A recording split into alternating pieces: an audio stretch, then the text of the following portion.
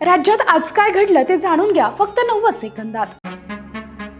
माजी मुख्यमंत्री वसंतदादा पाटलांच्या पत्नी शालिनीताई पाटील यांचं निधन, वयाच्या 94व्या वर्षी घेतला अखेरचा श्वास। बारामती, अंबरनाथ, फलटणसह राज्यातील 23 नगर परिषदा, नगरपंचायतीसाठी आज मतदान पार पडलं। उमेदवारांचं भवितव्य मतपेटीत बंद। उद्या 288 नगर परिषदा, नगरपंचायतीच्या निवडणुकीची मतमोजणी। पुण्यात भाजपचा राष्ट्रवादीच्या दोन्ही पक्षांसह ठाकरे गटाला धक्का, अनेक माजी नगरसेवकांच्या हाती कमळ। रमेश वांजळेंची कन्या आणि आमदार बापूसाहेब पठार यांचे चिरंजीव आता भाजपात। पुण्यात काँग्रेस पक्षाकडून 6 वेळा नगरसेवक झालेल्या आबा बागुलांचा शिंदे यांच्या शिवसेनेत सहकुटुंब प्रवेश।